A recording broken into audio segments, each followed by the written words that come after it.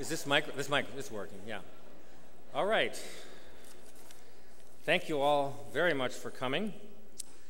This is a series of lectures. This is the third in our series of lectures looking at the future of capitalism. Obviously a timely topic for this year and for perhaps this decade. My name is Tom Morgan, and I direct the lecture series. I am the director of the Allworth Center for the Study of Peace and Justice, and we call it the Allworth Center thanks to the generosity of the Allworth family, who are endowing many of these talks. Other sponsors include the Lee and Rose Warner Foundation, the Global Awareness Fund of the Duluth Superior Area Community Foundation, and Reader Weekly. This lecture has also received special support from the DeWitt and Carolyn Van Evera Foundation and from Mary C. Van Evera in memory of William P. Van Evera, former trustee of the college. Thanks to all our sponsors. We couldn't do it without you.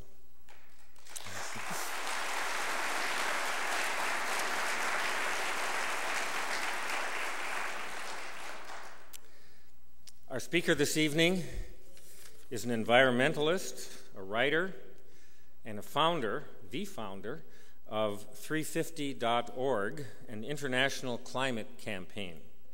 He writes a good deal about global warming, alternative energy, and the risks associated with human genetic engineering. Mr. McKibben is a graduate of Harvard University, where he was president of the Crimson, the school newspaper. Immediately after college, he joined the New Yorker magazine as a staff writer, and he wrote much of the Talk of the Town column from 1982 to 1987, early 1987, when he moved to the Adirondack Mountains in upstate New York.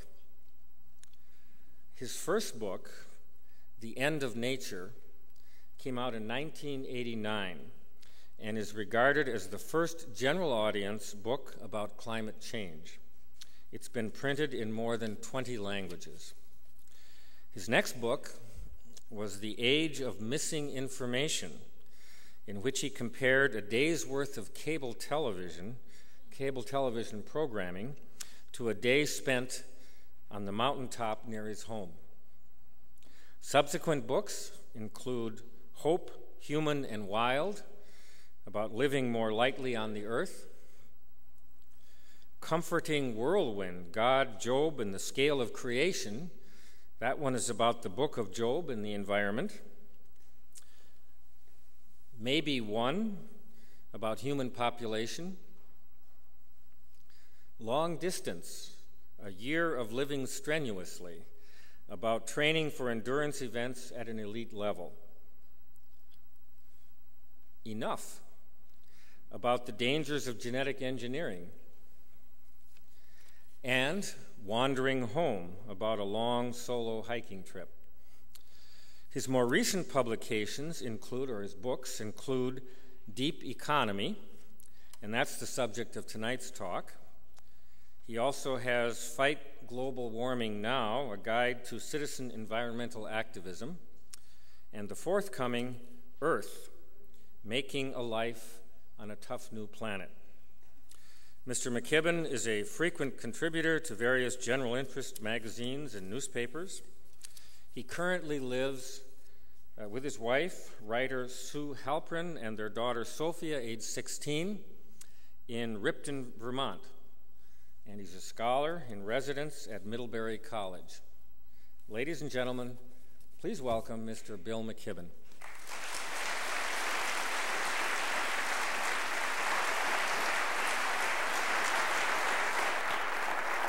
Well, thank you for that very generous introduction, and thank you all for being here. I never begin one of these talks without feeling a little guilty. Not only am I not really a talker by profession, I'm a writer. People are always hopeful that writers will be good talkers, but in fact, they're kind of the sort of people who self-select to sit in their room and type, so it's a poor assumption. But I'm also always cognizant of the fact that, part of my role in the world is just to bum people out. When your most famous book is a book called The End of Nature, there's just really no alternative in some way. So I apologize in advance. I promise that we're going to end on a very hopeful note. And I really want to begin and end by saying thank you to the people in Duluth who helped with the 350 stuff that we did last fall about climate. That's where I'm going to end up in a little while talking about. But first, I really do want to engage this brave question that you all have been asking about the future of capitalism. A question that probably wouldn't, in some sense, almost have been safe to ask even a few years ago. But the interesting failures of our system in the last couple of years have opened up inquiry in all kinds of ways, it seems to me.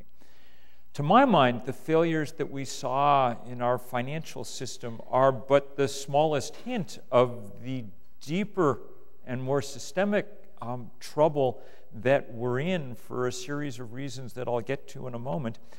But let me begin by saying that I think it's difficult to understand the future of capitalism without thinking for a minute about its past, where it came from, at least in the model that we understand, the kind of high-growth consumer capitalism that's defined modernity, which is really not that old as an idea. There was most of human history, the idea that economies would grow spectacularly larger all the time was not a part of our mental furniture.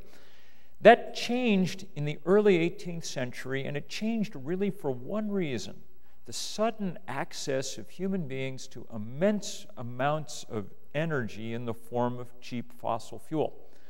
The great economist Keynes once tried to calculate how much the human standard of living had risen in the 2,000 years before the revolution. And he said it was possible maybe that the average human standard of living over that 2,000 years had doubled.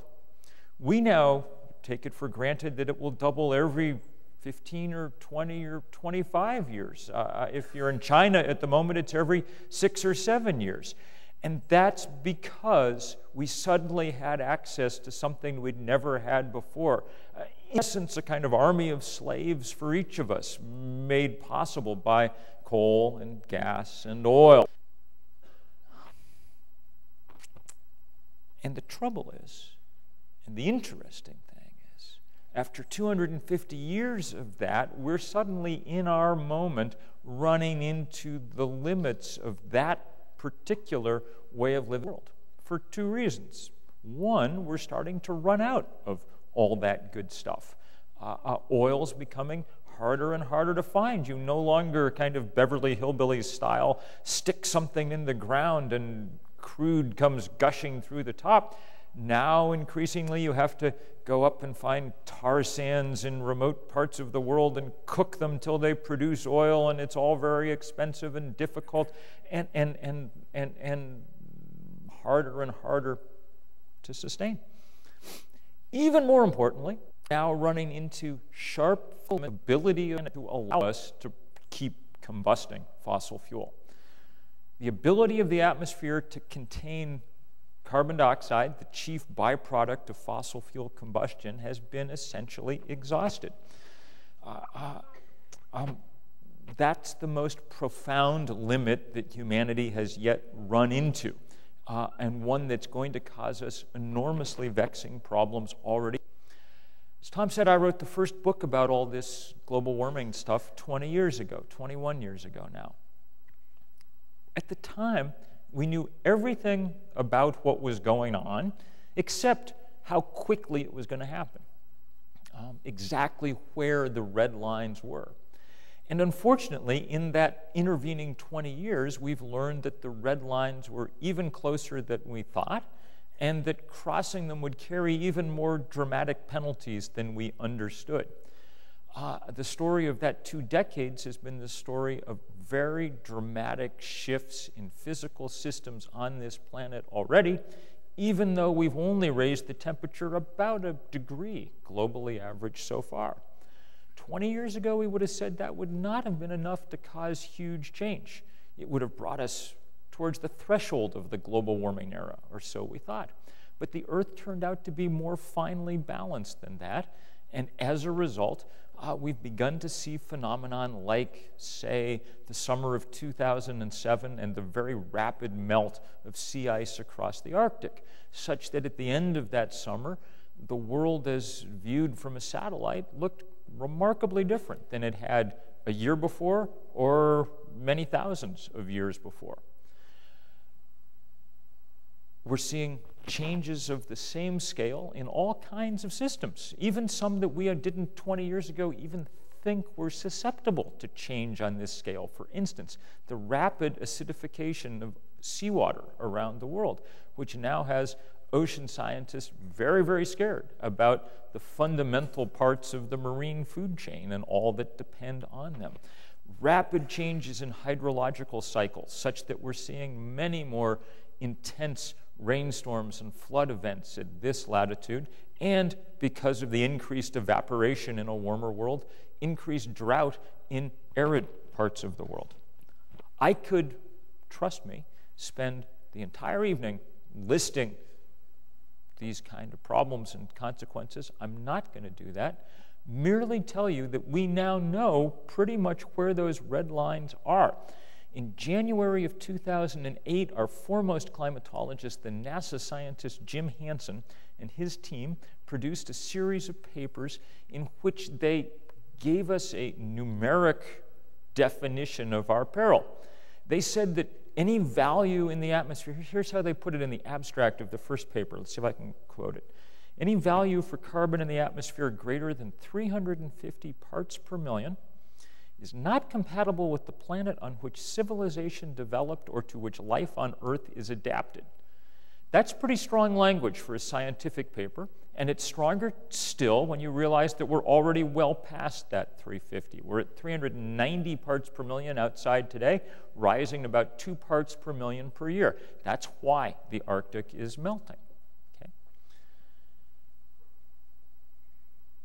That's a limit like none that we've faced before. And the consequence of it is that we're going to have to figure out very, very quickly indeed how to get off fossil fuel and onto something else. And the result of that, I think, will be fundamental shifts in what our economy and our lives look like.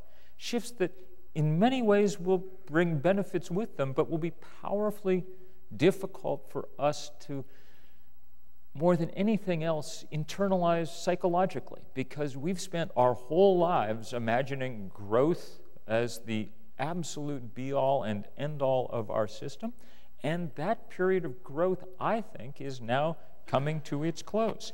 In fact, I'm pretty sure that the things that we will aim for in the future will have a whole different set of words and emotions associated with them. Instead of growth, security. Instead of extending our supply lines globally around the world, hunkering down, living closer to home, localizing instead of globalizing the economy we live. Let's talk about these in relation to particular commodities so you get some sense of what it is that I'm talking about. Let's take the most important commodity in our lives, food. At the moment, because of the application of vast amounts of fossil fuel, we built an industrialized agricultural system that's highly centralized and that requires immense inputs of energy to make it work. In essence, our food, which travels on average 1,000 miles before it reaches your lips, is marinated in crude oil before it arrives. That's what our system's about. That becomes harder and harder to maintain, I think, into the future, and we can already see the shifts beginning to happen. Fastest growing part of the food economy in this country for the last 20 years has been local farmers markets, whose sales are growing rapidly. And they're now beginning to have real effects on the agricultural landscape of this country. The most recent USDA agricultural census found that over the last 5 years, the number of farms in this country increased For the first time in 125 years of steady decline, all of a sudden there was a tick up in those farms. And I'm sure that here in Duluth you have excellent farmers market, and around the upper Midwest been one of the absolute centers of this movement. There's probably no greater example than the one in Madison in Wisconsin of truly a change-making kind of place with dramatic effects on local economies, land values, practices, everything else. But food's not the only thing like this. Think of energy itself. The logic of fossil fuel was the logic of centralization. It came from a few places, extraordinarily concentrated and rich in BTUs. It was easy to transport. It made sense to burn it, say, in a few huge power plants, and to centralize that function very dramatically. The world that we're moving into, a world where we're going to have to rely on things like the sun and the wind, is paradigmatically different.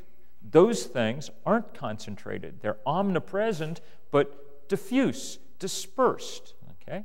And so instead of a few centralized locations, the vision for the world ahead is what the engineers are calling distributed generation. Instead of a few big power plants, millions of people with solar panels on their roofs. I have them all over my roof, and on a sunny day in the summer, I'm a small utility, firing electrons down the grid to my neighbors. It's a very different conceptual idea of what the world will look like and work like. Localized, networked, instead of centralized and one-way communication. Maybe the other most important commodity in our world is capital. Access to money. And even that, I think, is beginning to shift already. We began to sense in 2008 with the failure of the big money center banks, the problems inherent in centralized money that we'd centralized for energy supplies. We had developed money literally too big to fail. If they failed, they brought everything down with them. That's it turns out. To fail, how to keep them from failing, it means that they are too big, and we should figure out how to make them smaller than they are. And we're beginning to see, even with money, experiments like that. I was in Western Massachusetts a few weeks ago, in the Berkshires, where the local banks, FDIC chartered normal banks, have gotten together with community groups and developed an alternative currency, Berkshires. You go into the bank and you can cash your paycheck in federal dollars, in Berkshires, or in some combination of, and you can spend them locally. I went to the Mr. Dingaling ice cream truck, gave them a Herman Melville, and got back my ice cream and Rockwell's. It was excellent. Once you have that money in your head, then you spend it locally. It relates around that local economy in powerful and profound ways. Some of the local towns are beginning to take that money in taxes and in fees. It's beginning to really become, there's now 3 million of these Berkshires in circulation. It's not an experiment, it's a working part of the financial landscape there. This will all be difficult and even traumatic in many ways as we make these transitions. And there may be more episodes like come through in the last couple of years. There's much to recommend this world that we're moving into, because though that era of cheap fossil fueled hyper-growth of our economy has yielded certain kinds of benefits, it's also had certain very real costs which are on display all the time in the society around us in this country. When I wrote Deep Economy, the reason I got started was because I came across a statistic. One of these polling firms had asked Americans every year since the end of World War II, are you satisfied with your life? And the number of Americans who said, yes, I'm very satisfied with my life, peaked in 1956 and went slowly downhill ever since. It's about a quarter of Americans who will say that, even though our material standard of living is 3 times what it was then in 1956. We have appliances now to perform jobs that people hadn't even thought were jobs, 50 years ago. We have access to food that people had never seen. If you have a computer, you can download any vaguely musical sound emitted anywhere on the planet, within seconds. And yet it's not making us so all-fired happy. And the reason for that, as far as we can tell, is Americans' deep sense of a loss of connection with each other, a loss of community. And this is not some sentimental affectation. It's very real. The average American eats meals with friends and family and neighbors half as often as they did 50 years ago. The average American has half as many close friends as they did 50 years ago. If you'd been sitting in this audience 50 years ago, statistically, you would have had twice as many people with whom you were close. That's a great loss for which there are not enough gadgets to make up for. Okay? And it is directly related, I think, to the ways in which we have grown over those 50 years. What has our economy been about more than anything else in the post-war period? It's been about building bigger houses farther apart from each other. That's been our goal. We have achieved it at enormous ecological cost, because you have to heat, light, and drive between those houses, but also at enormous personal and social cost. That breakdown of community, that exaltation of the individual, the hyper-individual, in part because we're almost by definition alone as we drive between these places, even within our homes that have become so vast. There was a story in the New York Times at the height of the last housing boom, where a reporter asked a question that actually had too, which is, what's actually in these homes the size of junior high schools that keep appearing places? And the answer, it turned out, and not just in the biggest homes, but in many of the sort of starter castles for entry-level monarchs that had sprung up around the country, the answer was that they were coming with dual master bedrooms, okay? Husband snored, wife pulled off the blankets. American solution is to add 900 square feet to the house. That comes at an ecological cost, but mostly it's just a sort of demonstration of what we've become, hunkered down in our own caves, kind of staring out across the hall at our mate. It is a difficult proposition, which is why it's very good news in certain ways, despite the trauma that will be associated with it, to make some of these moves in the direction of a more decentralized and localized economy. We were talking at lunch with a bunch of clergy in the area. We had a really interesting discussion, and one of the statistics I gave them that I think in many ways is the most interesting statistic in all of deep economy has to do with those farmers markets, those fast-growing farmers markets. They're growing fast because people want good produce and local produce and organic produce. They're also growing fast because people like to go to them. A number of sociologists followed shoppers not long ago, first around the supermarket, then around the farmer's market. You have been to the supermarket, you know exactly what the drill is. You walk in, you sort of fall under the spell of the fluorescent light, you visit the stations of the cross around the supermarket, and you emerge back into blinking into the daylight. When they followed shoppers around the farmer's market, they found that on average they were having 10 times more conversations per visit. Okay? They were beginning the work of kind of re-knitting those communities together. And many of the economic functions of our lives, if they're performed in a more localized way, whether it be with energy or money or foods that we need to each day, will have that effect.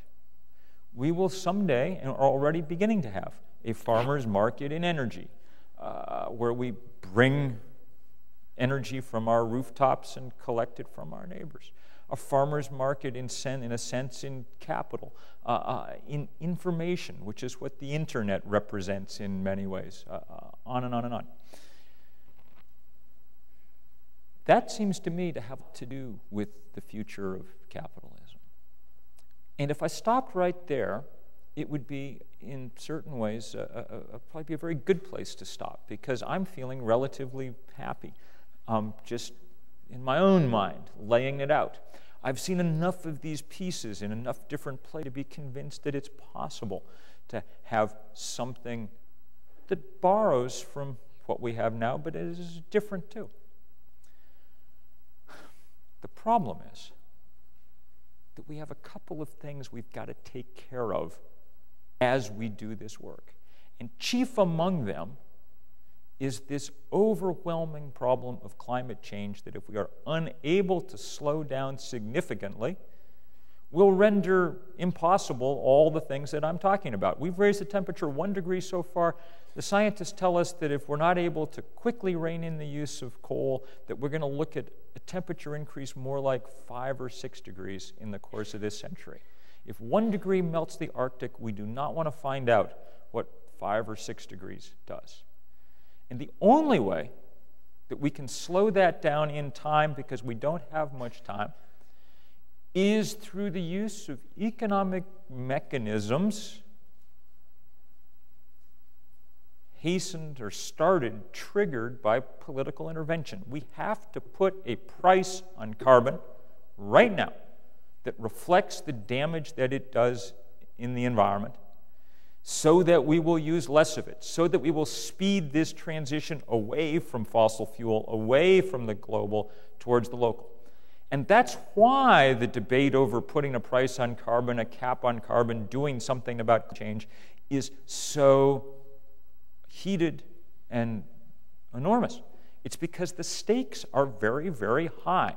If fossil fuel, as we've known it, is at the heart of our economic model as we've known it, then the transition to something else is going to gore a lot of oxes. It's going to come with real damage to real vested interests, all of whom are now working very hard to make sure that it doesn't happen. Which means that those of us who worry about it have to figure out ways to make sure that it does happen. And I'm going to tell you now a few stories about what I've been doing in the last couple of years to kind of try and make this same point that I've been making about commodities for politics as well. To describe the possibility of a relocalized and dramatically decentralized political movement, as it were, that might be able to work on a global scale to influence policy that needs influencing. And I'm going to talk about all this as if I know what I'm talking about, right?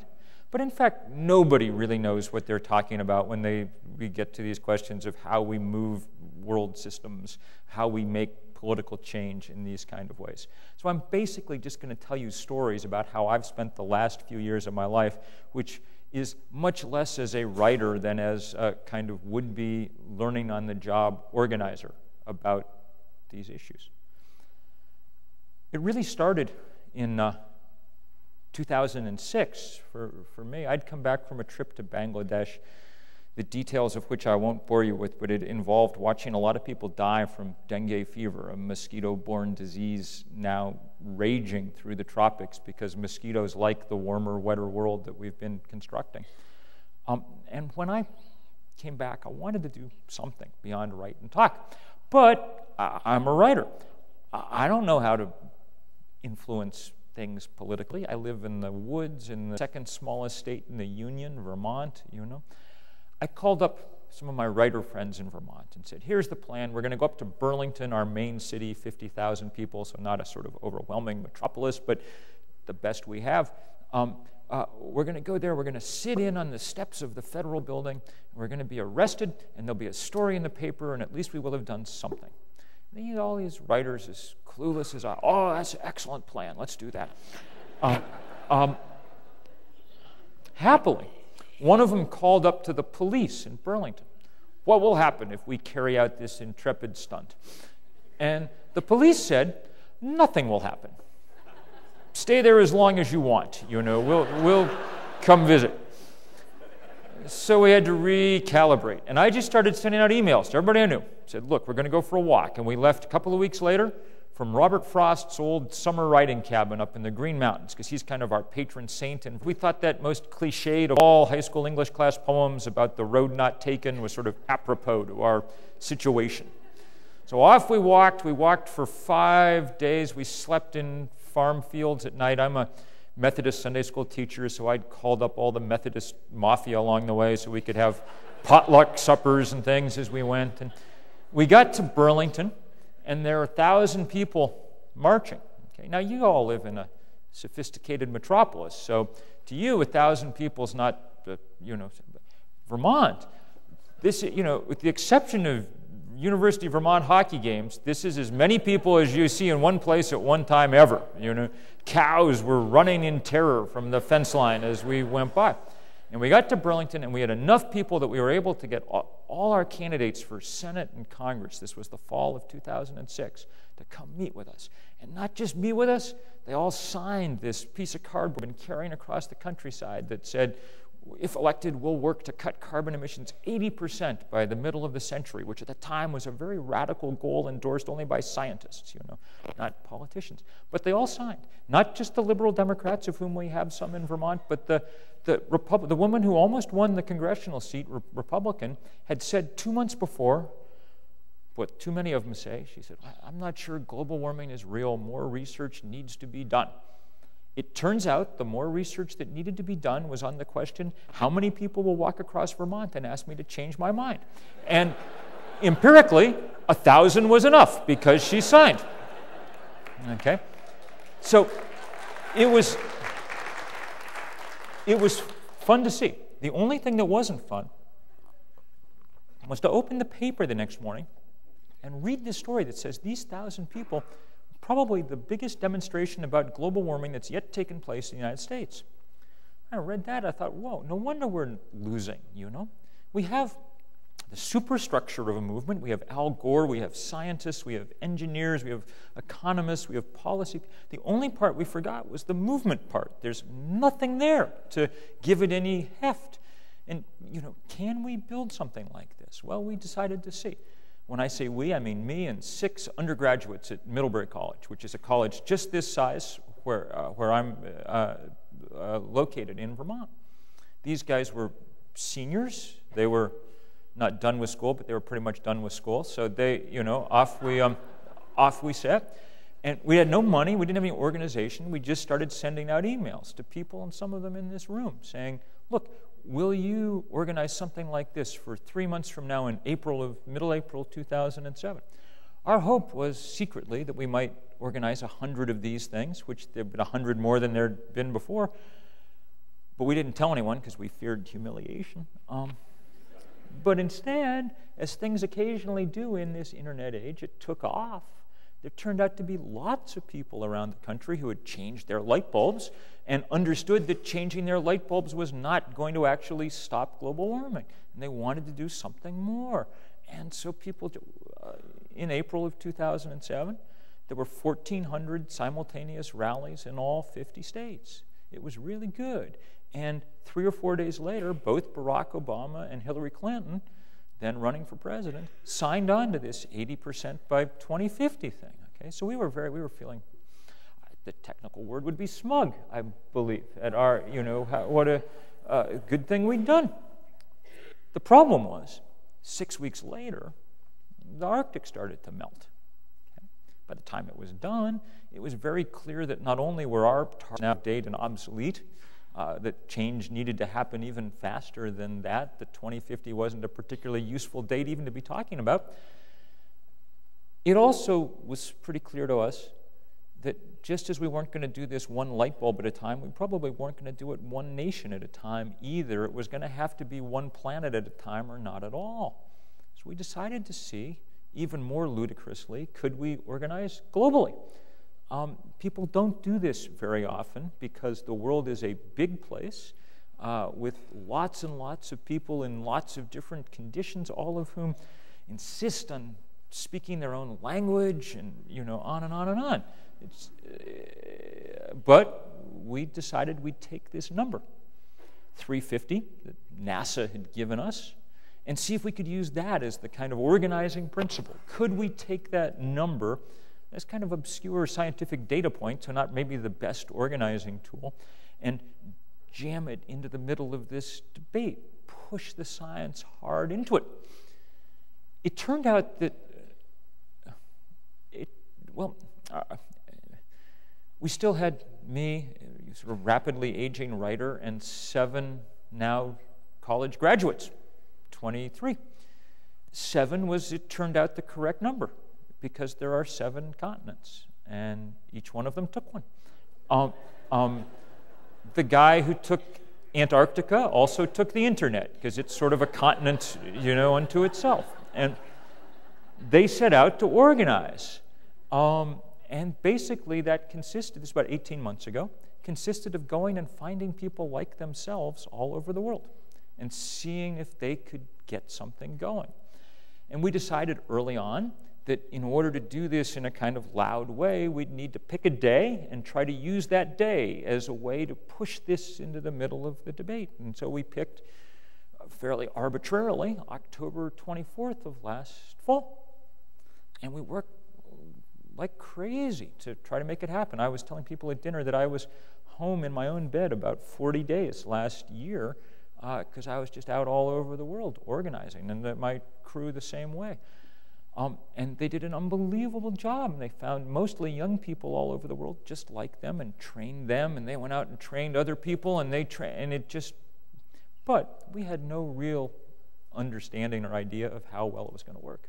We gathered on about October 20th in New York in a couple of little offices we borrowed from somebody, and sat down in essence to wait.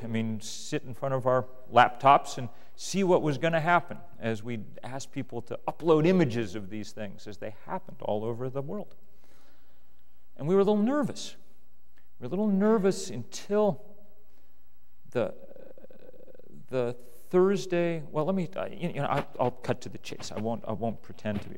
It worked. All right.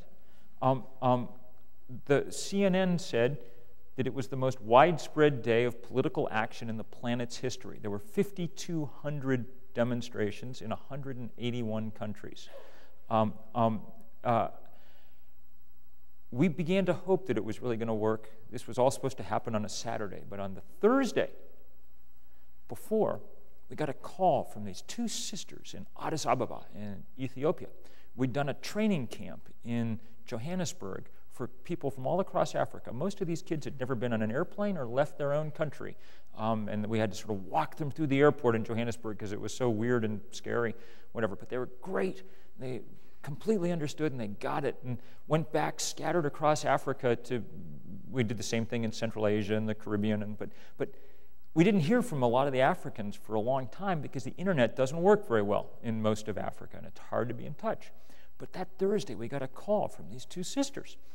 And Aaliyah was on the phone, and she was saying, well, it's going pretty good. We have 15,000 people out in the street in Addis Ababa in this demonstration. And we were like, whoa, that is pretty good. Because, you wouldn't really have picked Ethiopia as like the easiest place to do this kind of work, And then they said, the only problem is the internet's down again, so we can't get you a picture. Oh, no, because we need this picture to prove to CNN that this is real, and so they'll cover it, and Reuters and the AP and stuff. We finally found there's one big Western 5-star hotel in Addis where all the development people go when they go there. And it had internet. The first 3 people we sent in to send the pictures got kicked out because they were black. Finally, we found a white person. She went in and sat at the bar, ordered a drink, pressed the button on the computer. A few minutes later, we had pictures from Addis, and a few minutes after that, they were up on CNN and places like that. And after that, they just started to pour in from all over the world. Now, there are 2 things. I'm going to show you a bunch of pictures in rapid succession. There are a couple of things I want you to notice as I do it. One is that anybody who's ever told you that environmentalism is something that affluent white people do is wrong. Most of these pictures are of poor people, young people, black, brown, and Asian people, because that's what most of the world is made up of. And they are every bit as interested, if not more, in the future for their children as any of us. Second thing, to go back to what I was talking about earlier, is simply attention to the kind of new texture of politics and things that's possible in the world. When we started all of this, people had told us back when we were just finished that Vermont March. People who sort of knew about how to do social stuff and had been in the 60s and stuff were saying, oh, what you have to do is have a big march on Washington. That's how it's done. And we didn't have the resources to do it. We thought it was not very smart to tell people to drive across America to protest global warming, but we also thought we can do this differently. The world is linked together differently now. We can have things happen in places and still make them come together to be more than the sum of their parts. A couple of hours after that picture from Addis, one arrived from Afghanistan. Those were American troops. They'd made a 350 with their sandbags. They sent a little note saying, we're parking our Humvee for the weekend, and on foot. And after that, it was just a flood. The day begins in New Zealand. That's where the sun first rises. That was a ridgetop sacred to the Maori with a huge wind turbine on top, so a good place to be doing things. And then it just spreads around the world, place after place, including some that were very dear to my heart. That face of that woman in the middle, it just kills me every time I see it. Mostly, or largely from places we'd never heard of, and places that shouldn't have been possible to organize, and yet there they were, one after another. 300 big days in India, mostly youth, really powerful. Some of them from places we didn't even know. I just like that picture a lot. Someplace in Asia. Some of them from unbelievably poor places. Those are dugout canoes in the Congo River, someplace near Kinshasa. They didn't have a digital camera. They took a picture. It didn't come out all that well when they developed it in someone's home darkroom, so they wrote their banner of what had been there. And then they found someone to scan it into a computer somehow and get it to us. But somewhere on the Congo River, there's a guy with a 350 T-shirt, and people have heard about this, and other pictures like that from across Africa. There were a lot of underwater demonstrations. We had 350 people under the Great Barrier Reef. Places like Turkey, where there'd been huge floods 6 weeks, and they turned out 6 or 7 big demonstrations like this. Public art of all kinds sort of beginning to appear. That's from the Space Needle. Those are the colors of the Venezuelan flag. I just like that picture in Tahiti a lot. That's an operating room in Puerto Rico. Hopefully they didn't stop for too long on the just great art of all kinds. Those are lantern dancers, someplace in Australia. Incredible involvement with communities. First time, religious environmental movement has really achieved some real momentum. That's the head of South Africa's Muslim population. That's the sort of leader of animist native traditions, and that's Archbishop Tutu's successor as Anglican Archbishop and behind. We had amazing help around the world. Thousands of them rang their bells 350 times. The Patriarch Bartholomew of the Orthodox Church, the leader of 400 million Eastern Christians, said the week before, gave a sermon in which he said, global warming is a sin and 350 is an act of redemption. That's one of the reasons we had such great turnout all across Central Asia. I love that it's from a Pentecostal school someplace in Ghana. I just love the name of the Perfect Example Environmental Foundation. That's not the most interesting picture unless you know what the evangelical liberal arts college in the country, the place that Billy Graham went to school, a place where 3 or 4 years ago there wouldn't have been an environmental rally, but that there is now is a very, very good sign. That's an interesting picture. I'd been to Bethlehem some weeks before, a hard place to get to, a hard place to assemble people from around the region, but they wanted very much to work together. So the best that they could do, because of all the checkpoints and things, was along the shrinking Dead Sea. The Jordanians made a giant 3, the Palestinians a big 5, and the Israelis a 0, making the point that it'd be nice to work across lines. We had a lot of that kind of big scrabble. That's a big 5 from the top of the Red Fort, those of you who've been to Delhi. That's Sydney under the London Eye in the center of Copenhagen. BBC put that picture together in the nightly newscast for us that night to kind of make our point. Lots of iconic locations all around the world, some of them places like that, but in America it was an autumn Saturday, so our iconic locations included football. That's the Syracuse football field and their cheerleading squad helping us out. Just place after place after place. Now, I am so sorry that I do not have the picture from Duluth in here, but it was magnificent. And we're so grateful to all of you who helped make that happen. Across Africa, birders all across the continent decided they'd find 350 species. In fact, they found many more, but they had a great time doing it. Bhopal. I put that in only because many of you are too young to remember, but this was the site of the greatest environmental crime, maybe, of the last century. Thousands dead when an American multinational let its chemical plant rot away until it leaked deadly gas and killed thousands of people. That they even wanted to be involved with the rest of the world in this kind of way moved me. Lots of climbers. That's South Africa. I show you this one just to give you a sense of scale. This is in Chiapas. Do you see those banners now up on the side of that immense canyon? People were doing very cool things. Soweto in South Africa, they bungee jumped 350 times, but the important thing is that they strung the line for the bungee jump between the two cooling towers of a defunct coal-fired power plant. In the world to come, this is what we need to do with coal-fired power plants as soon as possible, all right? That's one of my friends in Middlebury and a time-lapse camera. I just like the picture. And that was my daughter at her school with sap buckets out front. 300 big demonstrations across China. Not easy to do this kind of thing in China. Only one of them got broken up by the police. The rest, kids were savvy enough to figure out how to walk right up to the line and not go over it. And it was amazing to see. That's the China Youth Climate Network, kids forming a human wind turbine in Inner Mongolia. Behind them, you can see the largest wind farm in the world. Lots of groups helped us out in lots of places. And just this woman started out that day with a number of her friends, but they had to get through 6 U.S. Army checkpoints to get to the site of the old Hanging Gardens, and she was the only one that managed to sort of screw up the courage to keep going on and on and on through them all. That picture means a lot to me. Honduras was under a military curfew because there had been a coup, but they had a big demonstration anyway. It's in the Maldives. Those are youth.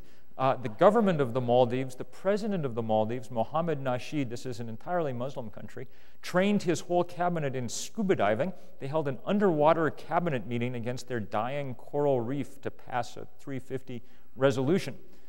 That's a stump in Tasmania. We need to stop cutting down old forests if we're going to get this problem under control. Just place after place after place. One of the points that we were trying to make was that we didn't have any celebrities involved in any of this. We wanted to demonstrate that it was possible for people to do this on their own, that they could understand the science, that they could come to grips with it, and I think we proved that point. But we did take over Times Square for the day and take over some of those signs that are normally doing, whiskey ads and things, and instead we were flashing these pictures up from all around the world. And when I talk about the kind of connection, this sort of new architecture, this is what I mean. It's possible to do these things very distributed and dispersed and yet have them add up to something. We dominated the news for 36 hours. We were the top story on Google News based on the number of links and stories that were being done around the world. Virtually every newspaper in the world had this front of their Sunday editions. That number managed to arrive, in a sense. That's the top of Antarctica. These are just unlikely. Just to make that point about not stereotyping people, we have a whole file of pictures just like this. You'll notice if you look closely that the 0 here in Yemen is entirely women in full burqas. In our way of thinking, that seems unlikely, but why would it really? They're just as concerned about what the future holds. That's the oil sheikhdom of Abu Dhabi. You can see some sheikhs down front. You can also see behind them the largest solar array in the world. They know that they're running out of oil. They'd like to own the next iteration of this thing too. Places I'd never heard of where thousands and tens of thousands of people appeared. We had a whole file of hundreds of pictures, and you can see these 25,000 pictures in our Flickr determined. We had a whole file that somebody put together just labeled 350 adorable. That girl in the middle, I can't tell you. I mean, then that's a girl who almost certainly won't be able to live in the place she lives now when she grows up. The average height of the Maldives is about 1 meter above sea level. They're in very serious trouble. Those guys were all born on the same day in August in London, and their parents met in the maternity ward, and they decided to get back together and have a little party and sort of think about their future a little bit. I like that picture. From the sublime to the ridiculous, those are electric golf carts in Laguna Woods, California. But mostly poor people all around the world. There's a poor slum in one of the poorest cities in the world, and they spent the day gathering trash, and they're not who you'd think of when you first think of environmentalists. There's orphans in Indonesia, collected bottles all day. They sent us a note in kind of broken English. It ended, even though no one caring about us, we caring about the world.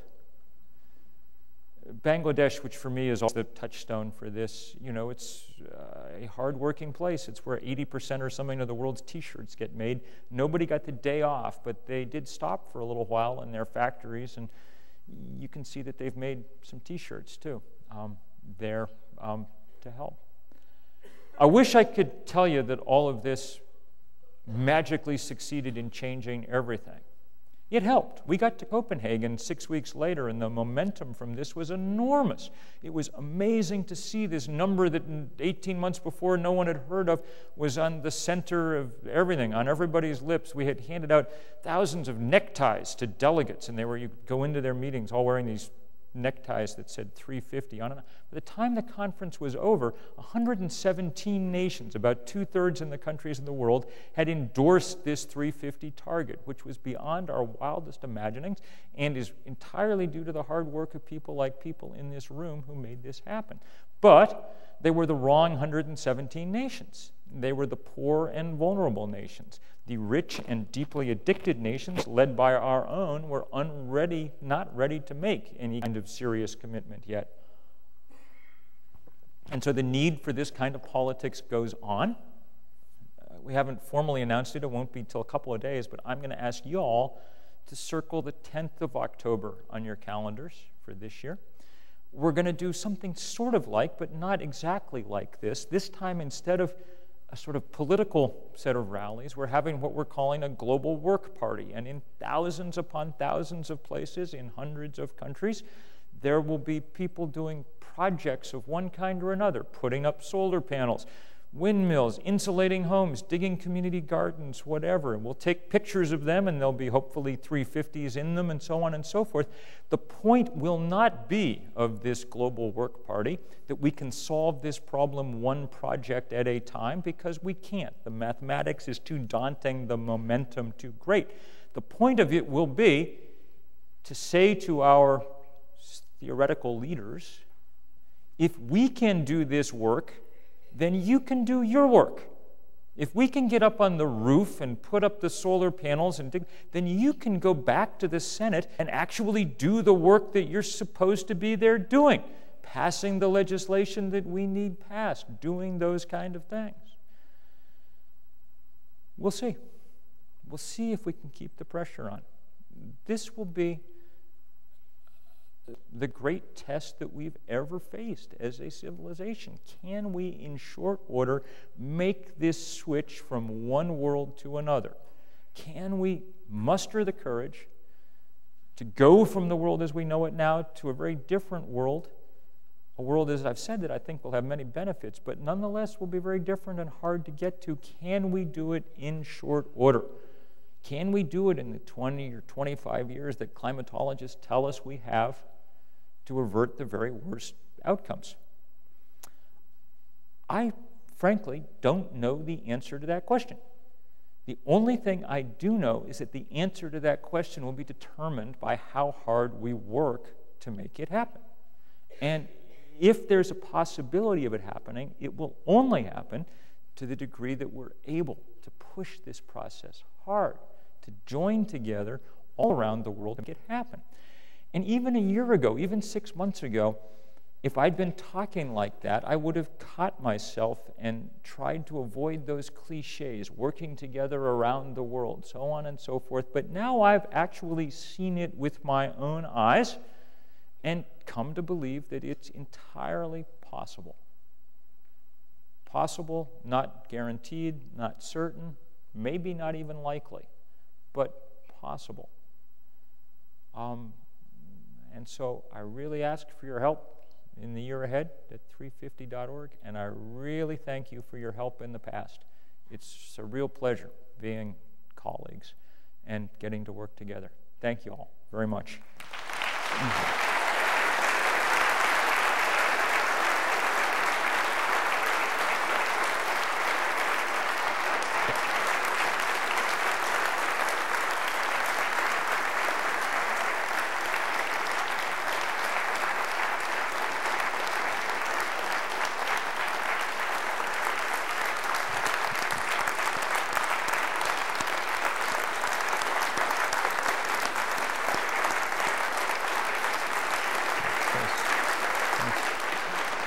Thank you very much.